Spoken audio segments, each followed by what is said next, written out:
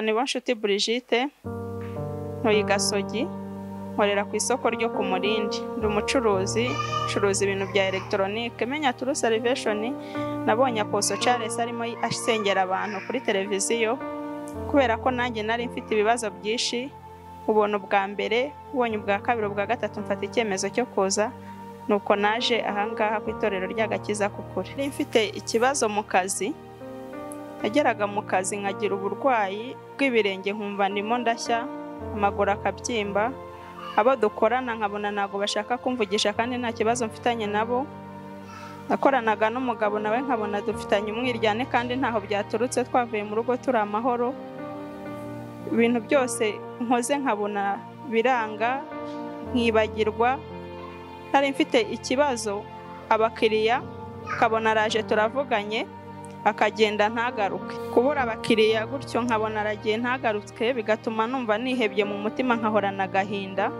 nkahora ncecetse nkumva sinshaka no kuvuga bikangiraho n'ingaruka mu rugo umugabo akabiheraho dutangira kujya turyana naracuruzaga acuruza telefone akabaho nk'igihe hashize nk'ukwezi nta smartphone ngurishije kandi nkeneye kuzigurisha hanyuma acuruza televiziyo ariko ukwezi kugashira nta nimwe iguzwe ahubwo nkabona amafaranga dushoramo aho kugira ngo twunguke turimo turagenda dusubira inyuma n'umukiriya nabonaga akambwira ngo aragiye aragaruka twongere tuvugane araje yaragendaga ntagaruke akagenda akagurira ahandi nagirirwa nk'umugisha wo guhura nawo akambwira ngo bambwiye ngo ntago mutanga serivisi neza mwebwe mugira ibyakoze kandi mu by'ukuri nta byakoze tugira izo ngaruka rero nubwo buzima bwo mu kazi gutyo bukantera icyangiro mu bandi dukorana bakora ibintu nk'ibyanjye kandi nta ruhare nabigizemo nta n'uwo numva ko nshaka kabura abakiriya nabonaga abandi bakora nkabona baratera imbere kandi bataturusha igishoro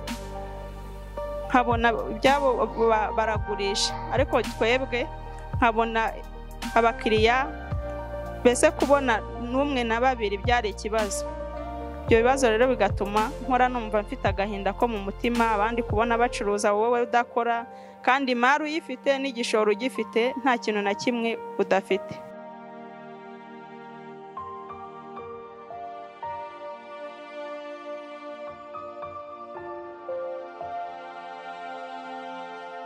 kubera yuko rero nakoranaga n'umugabo nkacuruza nkakora n'abakiriya ngerageje kubona umugabo kabona nago bimunyuze nago anyishimira byageza nka nimugoroba buri wa gatanu cyane cyane byakundaga kumbaho buri wa gatanu kwa gatanu nimugoroba agahita nsiga mu kazi akagenda haza gukinga ataragaruka yaza gutaha agataha nijoro byatinze nabwo akaza ntabura akantu na gatoya avuga ko ari ikosa tuvuga niba aje saa 8 z'ijoro akavuga ati ibiryo bishyushye bibe bihari nabizana nabwo kandi bishyushye ntabure kubonamo ikibazo akavuga ngo harimo umusenyi ngo harimo amabuye namuteguriye amabuye ugasanga birateza umwiryane ku buryo buri wa gatanu nabaga mbizi yuko ngomba gukubitwa kandi nakoze ibyo nacuruje raporo nayimweretse nta mafaranga yabuze cyangwa nta kintu banyibye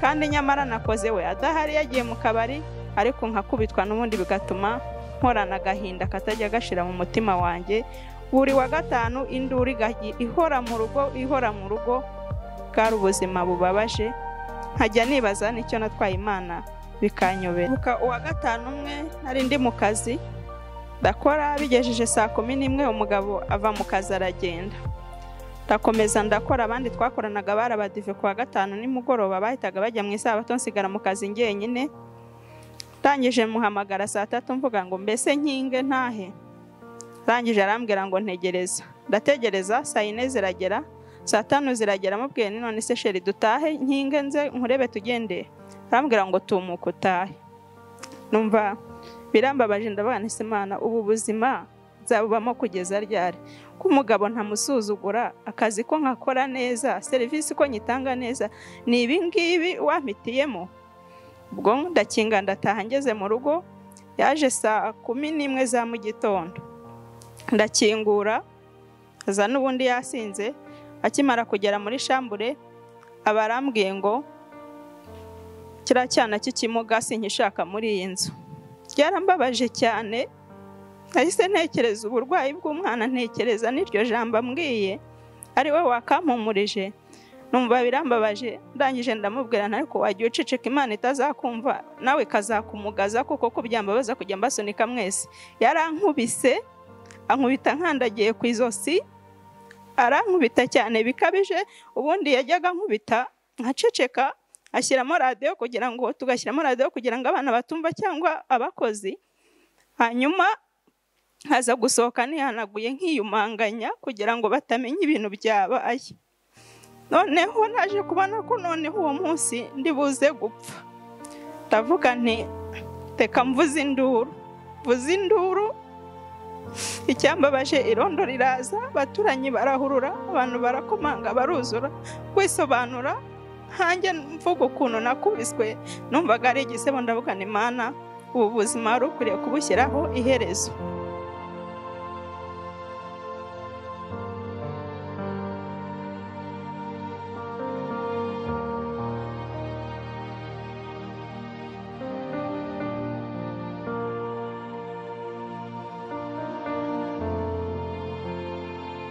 Noneho ubwo buzima abuvangana n'ikibazo cy'umwana urwaye. Yaramaze imyaka 9. Mu myaka 9 kubera ko uwo mwana natwaye inda ndi umunyeshuri niga mu wa 4. Noneho kubera ko bitari byanyuze mu nzira nziza ko wayineye, ntago byabaye ngombwa ko tubana n'uwo wundi tubana, ariko ikibazo akizi neza, anamfitiye impuhwe nyinshi. Ariko umwana yaba ari mu rugo ukabona bimuteye ikibazo kandi nta wundi muntu ufite wo kumufasha ari njye, bituma ntinda kumuvuza kubera ibyo bibazo by'ubwo buzima. Nawe mfatiye icyemezo cyo kumuvuza bikansaba kwirwariza.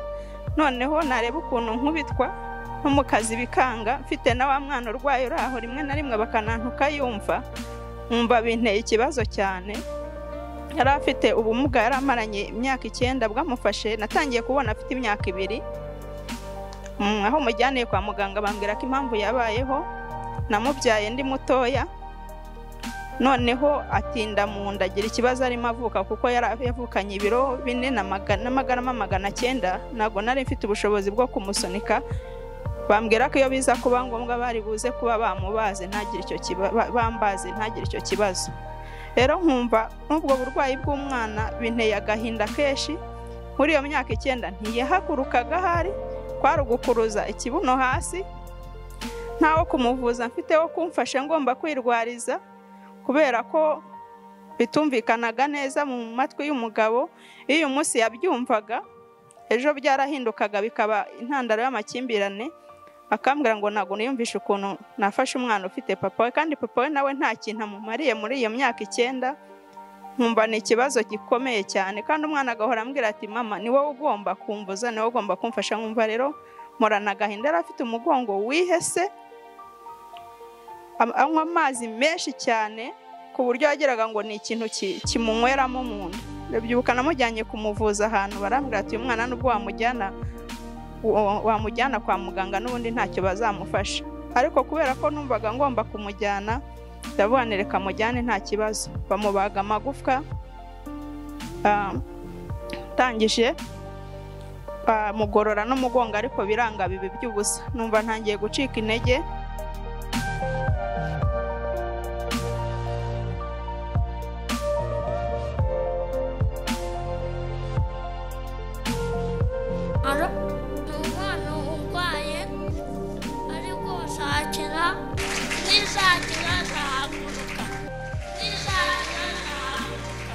Yarafite ikindi kibazo, umwana yararyaga nk'abandi bose ariko ntiyitume. Nagirirwa amahirwe akituma nka rimwe mu cyumweru, ntabwo akituma ibintu binuka cyane ku buryo iyo narangaraga gato umukozi imyenda yarayijugunyaga. Bikaba ngombwa ko mvuga noneho muyibike mu ntegereze nzajya nzanyifurire. Akaba hatituma, akaba yamara ibyumweru 2 atarituma. Ukabona ni ikibazo. Akanywa amazi menshi ariko ntiyitume. Nkamugurira amapapayi nkamuha imbuto ariko bikanga, ntajye yituma burundu. Bikanga nkibaza ibyarya aho bijya. Nk'umubyeyi we narebaga ubwo buzima bwo kubaho gutyo, umuntu ntiyituma, arakuruza ikibuno hasi. Ni nanjye ngenyine afite wo kumufasha, nanjye ubwanjye ntago binyoroheye. Numvaga binteye agahinda kenshi mu mutima wanjye nkahora ninginga Imana nk'abana, Imana basi wazangiriye neza nkabona uyu mwana arahagurutse, wenda njyewe ibindi bikarorera, nkumva mporana agahinda mu mutima, sinjye nishima, sinumve najya aho abandi bari, nkahora mu buzima bwo kubaho ndi njyenyine, nkumva birambabaje cyane. Umunsi umwe rero nari mfunguye televiziyo ku kazi kuko nzicuruza, kira kuri BTN ngiye kubona mbona Passcode. Bwa mbere mubona nago nabyitayeho cyane. Undi munsi indi shuri kurikiyeho ndabyitegereza kuko mba ndi no mu bakiriya, mfata umwanya wo kureba. Nabase umugabo usa gutya ubarasenga, ni umunyarwanda se? Ntega amatwi cyane kugira ngo numve niba ari umunyarwanda, numva avuga ikinyarwanda. N'abantu busa umuntu usa gutyo barasenga, ko abantu baba basa nabi biyirije ubusa bicisha inzara aribo basenga, n'ubuye mukira arasenga ni cyane nawe n'umutubuzi. Ariko nkumva umutima uri kumpata kumukurikirana. Indi shuro nanone ndongera ndamukurikirana, mbona abantu yasengeye, ndavuga ni nanjye reka nzageyo. Kimironko ntago ari kure, n'ubundi ntaho nagiye, no mu bapfumu nagiyeyo, nireka nzageyo, wenda Imana yiwe yangirira neza. Nubwo mbona ari umuntu utari umushonji, niwe urashobora kubasenga, ndabona nta bikabyo afite, nagasa nabi, nireka nzagende ngeyo. Nibwo nafashe icyemezo, mfata umwana ndaza ngera hano kuri Turarize, ndaterana. Hanyuma bageze mu gihe cyo kwihuza n'igicaniro, nzana umwana yihuza n'igicaniro, anamuheraho aramusengera.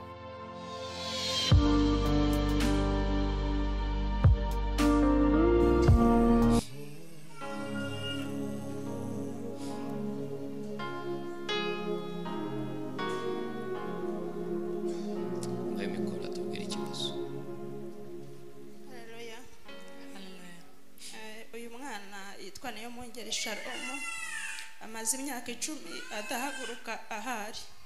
Yavutse ari muzima, amaze kugera ku mezi 6 ingingo zitangira kugenda zihamirana.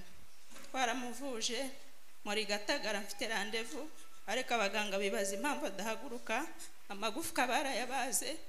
Uwiteka ndumva ashaka ko hari Cyakora, kuko yakabaye ahaguruka nibura agafata n'imbago, ariko byaranze. Naturutse Igasogi mu murenge wa Ndera mu karere ka Gasabo, nitwa Brigitte.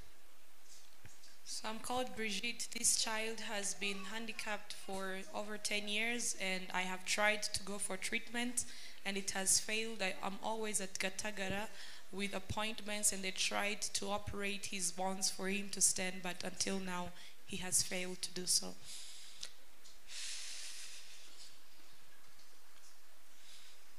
Kwari wo amahoro urije, kwari wo amahoro. Yesu n'umwami. Do not worry, Jesus is Lord. Yesu n'umwami. Jesus is Lord. Byiringiro bitankoze isoni, iwe utakoze niwe utagutererana, nawe yashimye Yesu utakoze. Igitangaza nawe yamenye ko Yesu bamuzamurira icyubahiro. So he has understood that they glorify Jesus. Yesu n'umwami. Jesus is Lord.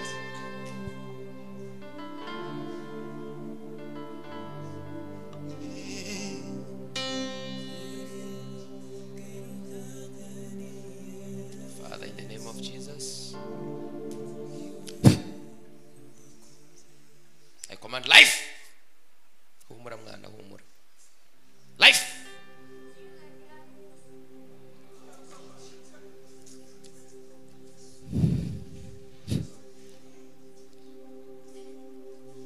Mana yagakiza kukuri. God of true salvation. Ni wowe urema ingingo z'abantu. You are the one who create bodies of people. Ukabasubiza mu buzima batari babufite. And restore life when they had none. Nanjye ndi umuntu.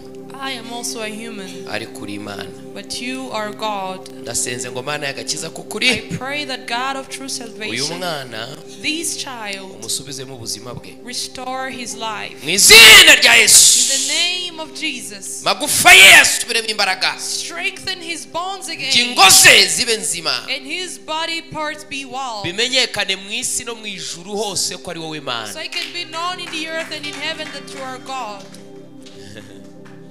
Nagushimye Mana y'agakiza ko I kuri, thank you, God of true salvation, ko hari umunsi tuzabibona that there will be a day when we would witness it, asubira mu buzima, so it can be restored with life. strength restored into her joints and ligaments. Be strong. I command strength into your bones, Ndategeka imbaraga mu magufa yawe, strength back into your bones, imbaraga mu magufa yawe, for the glory of Jesus. bw'icyubahiro cya Yesu. Izina ryawe ryera. In the name, in your holy name. Avugana n'umugongo we, I speak with his back, uyu nguyu umeze nk'umuheto, this one that is bowed, gugororoke, so it can be straightened up, tuzabona ubuhamya n'ishimwe so ryawe. we can find testimony and your glory. Urakoze Mana y'agakiza ko kuri, Thank you, God of true salvation. habwe kuzo. Be glorified. Uraho neza? Na na na na na na. Alo, Alo? ni umwana urwaye Ego. ariko sakira Yo, komera Imana amashyi. nisakira zahaguruka Eh? zahaguruka Zahaguruka, komera Imana amashyi. Once I'm healed. Bagiye gatoya. Yesu ni umwami. Yesu ni umwami Yesu ni umwami. Yesu ni umwami Yesu ni umwami. Yesu ni umwami Yesu ni umwami. Yesu ni umwami Maguru yawe asubiremo imbaraga. Yesu ni umwami. amaguru yawe umusore Yesu ni umwami Umugongo wawe usubiremo imbaraga. Yesu ni umwami. Yesu ni umwami Yesu umwami Oh, Yesu ni umwami. Yesu umwami Nanze umurekura aho ngaho.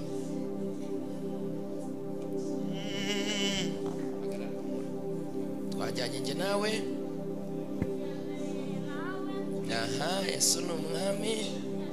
umwami Yesu ni umwami. Yesu ni umwami Yesu ni umwami. Yesu ni umwami.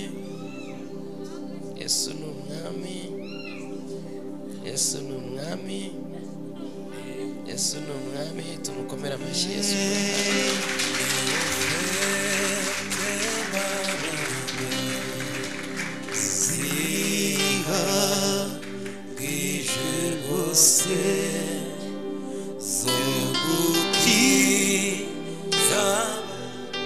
Ende wicarire hariya umwihorere, ukora ibyo ashaka. Ku cyumweru uzongera umutugarurire, kandi nzi neza ko tuzamubona hano agiye.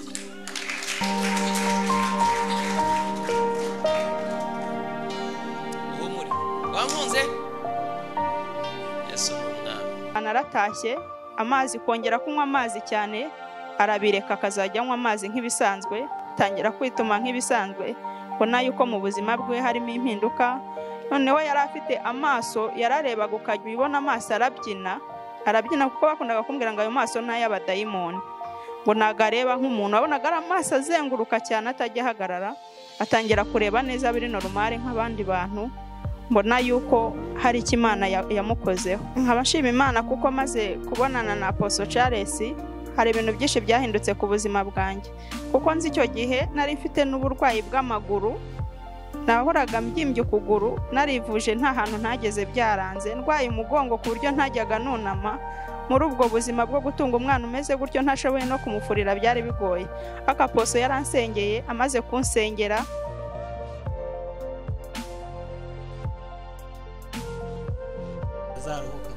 Umuntu ufite uyu mugongo uhera aho ucyuka mu ryo cyari he? Uyu banguka iruka nawe do ufite naka n'uruhande gusa, ariko ragira ucyuka mera nk'umushyo cyewe. Warutangiye umugongo, uru ruhande rurafatwa nkumva haragagaye, ikamanurana iki gihande cyose. Hari igihe hajya hakwama burundu bikanga, ubwo Yesu yabibonye nari nacecetse. wari waje gupfira imbere y'Imana uti ndaceceka nihagarare. Witwa nde? Nitwa Nibonshuti Brigitte. Ngiye nabwe Yesu ngo ankirize umwana, ibyanjye byihorere. Umwana ari he? umwana umugaye uri hari. Yego mama wa wundi. Yo. Aha reba rero. Nawe Yesu arakuzi. Zamura amaboko. Pain go. Bamuzima.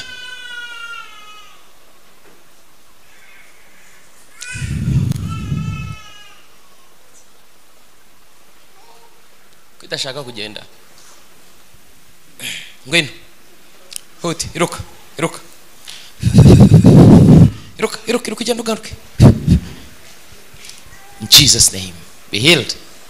Be healed. Be healed. Karacyarimo. Be healed. Rimwe bwa nyuma nurangiza ugere hari ukore hasi ukati korose. Banguka rero birarangiye. Yesu ni umwami.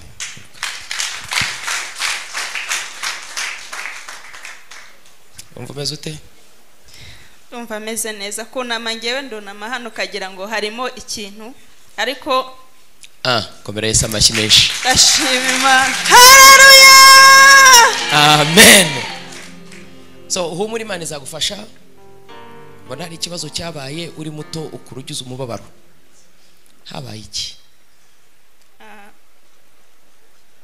Natwaye inda umunyeshuri niga mu wa 4 giterwa n'umuntu tutigeze dukundana maze no kubyara umwana baramunyima ngo mukurikirana kiri muto kugeza agize kiriya kibazo n'umugabo nshatse ambuza kuba nagirana communication kuba nakongera kubona uwo mwana mari imyaka 8 ntongeye kubona umwana wanjye kugeza ubwo byabaye nk'intambara ikomeye ndavuga nti bemera abandi bose naba mfite mbareka ariko mbona uyu mwana n'ubuzima butoroshye kandi nkabifatanya n'ubundi burwayi sanganywe bw'imyuka mibi y'abarozi baneza nkabyima amaguru nkagira gute bese ndi umunyamibabaro wamenyereye intimba.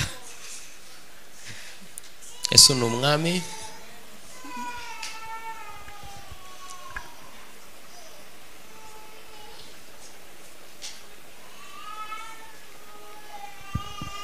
Amara amaboko. Amahoro ya Kristo akuzeho. Uhereye umunsi wa none ntuzongere kumenya umubabaro. Uhereye none ubona umugisha. Uhereye none ugira amahoro utarigera ugiraho. Ndagushimye ni mu izina rya Yesu Kristo. Amen. Mbona nari ikibazo. Ndumva nta kibazo mfite ubundi njya ngira ikintu kinjomba gutya mu mutima gikubita gutya kigahinguranya muri uku kuboko. Imana igasa nkaho irinze umutima mba numva niba kimeze nk'umuriro niba hari umuntu umuriro wari wafata numva kigiye guhinguranya ahangaha guhumeka bikaba ikibazo ariko ndumva meze neza. Ndashima Imana. Komera Yesu amashyi. Kose Imana nabone hano Nyagatovu ntagisanzwe. Yitwa Imana yagakiza kuko. Wowe wumiwe bungubu. Wumiwe. Numiwe byancanze. Habuze ibyo mvuga pe. Natwe byaraducanye. Yandenze. Ntago wabyumva. Gusa Yesu ni umwami. Yesu ni umwami. Yewe rero mbabona ndacuruza mu isoko ku Murindi ncuruza n'ibintu by'amateleviziyo najyaga mbibona nkabona nka saa 12 uri murangiza kwigisha naye nabana he kuyu mugabo fata nomero hashize igihe mpamagara nka 3 najya kuza bikanga ejo ndongera ndabibona ndabana ejo nzajyayo. Uyu munsi isoko ryari ryaremye kundekura ntago byari byoroshye ariko icyanyeretse ko ari umugambi w'Imana no kumugabo yavuze ngo uzagende. Ndashima Imana rero ibyo naboneye nawe nzamuzana ndabizi Yesu azabikora. Ugenda ubari inkuru hariya mu isoko n'ahantu hose hari ahantu mwatuye mbona hari inzu ishaje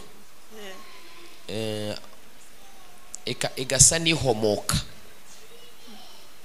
Urayizi? Ndayizi. Niho wagiriye ikibazo kigukurikiye kugera uyu munsi. Naho dutuye n'ubu ndabizi ko gihari. Gendera Imana yagakiza kuko rizagutabara ikumara umubabaro ibyo byose birangira. Ubu ngubu umugongo warakize ndi muzima ntago kindya n'amaguru ntago akibyimba kuko naragendaga nagera mu kazi amaguru akabyimba ukuguru kugaturika hakajya hazamo amazi ntago byongeye narakize ndashima Imana. Hanyuma mu rugo ubu ngubu ni amahoro, za nkoni nakubitwaga na bya bitutsi byarahagaze. Ndashima Imana yuko ubuzima bwanjye bwahindutse, abakiriya ndababona babura bakabura muri rusange ari sezo y'ibura ry'amafaranga ariko atari nge ngenyine ikibazo kiriho rwose ndababona cyane pe aho bigereye. Ndashima Imana y'agakiza k'ukuri yangiriye neza. Umwana nawe arituma neza nk'abandi bantu bazima, amazi yanywa nk'ibisanzwe kandi noneho umugongo we ubireba uko byari bimeze iki gihe naho bigereye ubona ko ameze nk'abandi bantu. Noneho yazanye n'umubiri kubera ko y'amazi no kwa kutituma byagiye ubona ko abyibushye ari umwana umeze neza. Imyaka 10 afite arayimerita ariko icyo gihe wabonaga wagira ngo ni nk'umwana w'imyaka 3. Ubu yarakuze ni umwana ugaragara yuko ari muzima nubwo bakimugorora bitararangira ariko aho bigereye mbona ko ubwenge bwe bwaragarutse areba neza. Aho bigereye ajya no mu ishuri akiga ubuzima bugakomeza.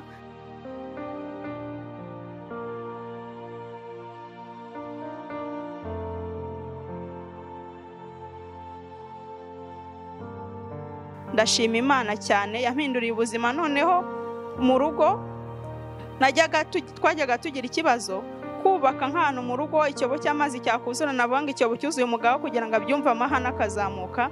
Ariko kuva namara guhura na Passcode akambwira ngo Imana ikuye agahinda mu mutima wanjye n'amarira. Ubu ngubu mu rugo twarubatse, agira iyerekwa yarambwiraga ngo ni ahantu abona tuba hahora hahumuka bakongera bakahahoma. Ubu ngubu hameze neza, twarahubatse turahakora neza. Mbese ndashima Imana yampinduriye ubuzima ku buryo bufatika. Imana rwose ya hano muri Turarize nta yindi Imana ndabona imeze nkayo pe. Nasengeye henshi ngenda henshi ariko Imana yankoreye ibitangaza ku buryo n'umuntu wese ubibona abambazaho nasengeye.